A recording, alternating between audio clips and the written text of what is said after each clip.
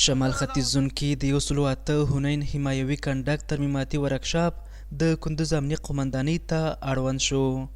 د دغه ولایت امنیه قومندانۍ د مسؤلینو په وینا دغه اقدام د امیر المؤمنین حفظه الله د فرمان پر بنسټ پورته کړی چې ورسره به د یاد ورکشاپ فعالیت د تیر په څیر دوام ولري.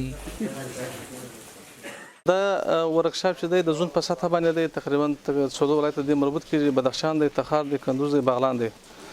نو مخکې هم د زون په سطح باندې وو، خو البته د کنډک حمایوي مربوط وو. نو اوس هم د زون په سطح باندې دی او دا د قومندانۍ مربوط دی، د مرکزي قومندانۍ د زون مربوط دی. له دې سره په دغه ورکشاپ کې په کار بوخت انجنیران د امیر المؤمنین حفظه الله صادر کړی فرمان ستایي او زیاتوي چې د پخوا په څیر به خپلو کارونو ته دوام ورکړي. که فعلا که ورکشاپ انتقال داده شده به قماندانی امنیه ولایت کندوز و باید کدام مشکلی نیست. قبلا ما خدمت خود انجام دادگی هستیم و بعد از این هم که از ما همیشه خدمت خود به قماندانی امنیه ولایت کندوز انشاءالله که ادامه میدیم.